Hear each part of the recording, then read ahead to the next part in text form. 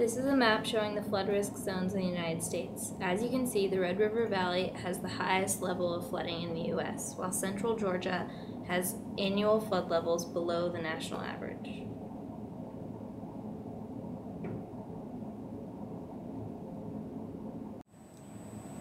Today I'm going to talk about the 1994 central Georgia floods. These floods were a result of Tropical Storm Alberto, which dropped 20 inches of rain in less than 4 days over central Georgia. This event caused massive flooding in the counties of Macon, Montezuma, and Albany.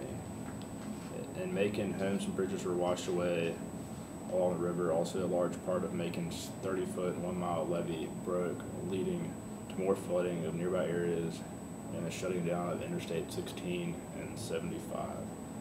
In Montezuma, the land was so flat that there was no place for the water to drain.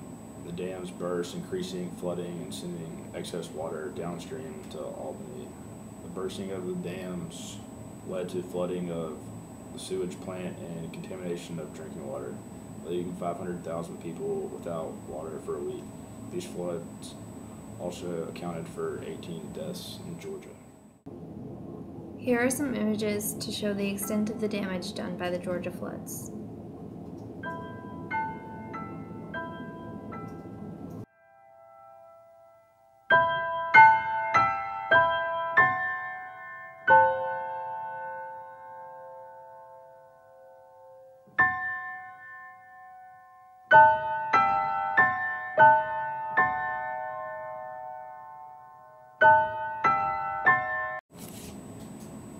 Our second flood that we'll be talking about is the flood of the Red River Valley. Every year, the Red River floods due to both natural and human-induced causes. The river is a relatively young geological phenomenon at 9,300 years old and has not had time to fully develop a significant valley flood basin. That, combined with the spring thaw of the snow in the Dakotas and the effect of climate change has caused the Red River to flood higher and higher every year.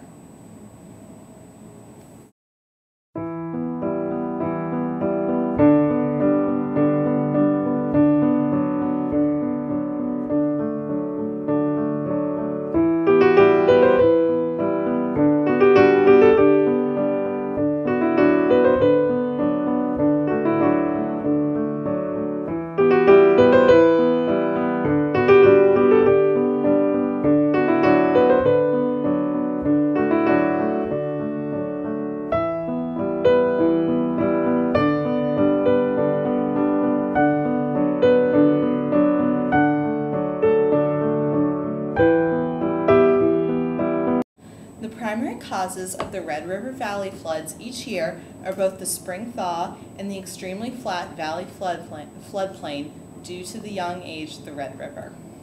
The primary causes of the 1994 central Georgia flood was the 20-inch rainfall brought on by the Tropical Storm Alberto alongside the existing high water in the river as a result of abnormal rainfall during the year.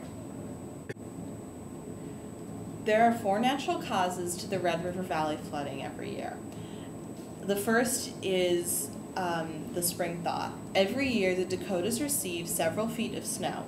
The snow piles up for months and months and eventually melts in the spring as the temperature increases. The water runs off into the river and increases the river level. The second natural cause is ice jams. Water freezes throughout the river because of the frigid temperatures and dams up all of the water behind it. During the thaw, the dams begin to crack and melt. Once they break, all of the water dammed up behind it rushes out. The third cause is the flat valley floodplain left by the glacial lake from the last ice age. And the fourth and final natural cause of the Red River Valley floods is the decrease in the gradient of the slope of the Red River Valley. The Red River Valley decreases at a rate of 5 inches per mile, but after a certain distance, it decreases to 1.5 inches per mile, which causes water to pool up. Unlike the Red River flooding, the central Georgia floods of 1994 were an abnormal occurrence. It was brought on by Tropical Storm Alberto, and there has not been flooding like this in the area since. In the Red River Valley, human-induced causes also increased the magnitude of the flooding. Developments along the river increased runoff and prevented the soil from absorbing excess water. In addition, global warming led to more severe storms capable of dumping large amounts of water over short periods of time.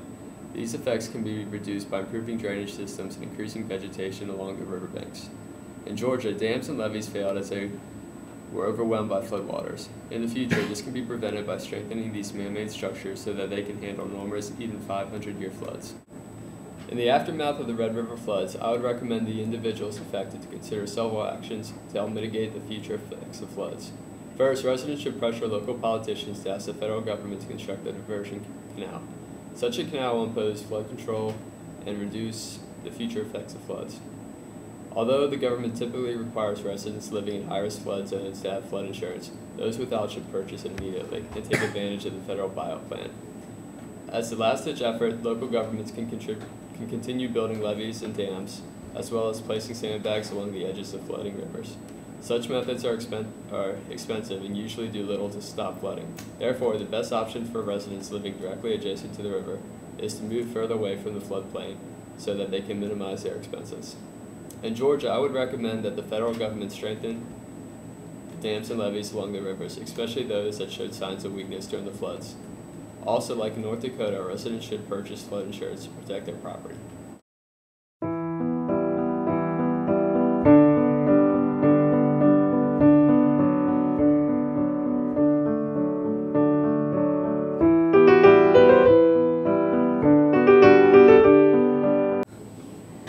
Hey Sam, so we could not figure out how to upload our bibliography on like rolling credits, so we put it in the description of the video, and I guess we can give you a hard copy tomorrow or today, I guess, because you'll be watching this whenever you watch this, you know, but we're uploading it on time, so yeah.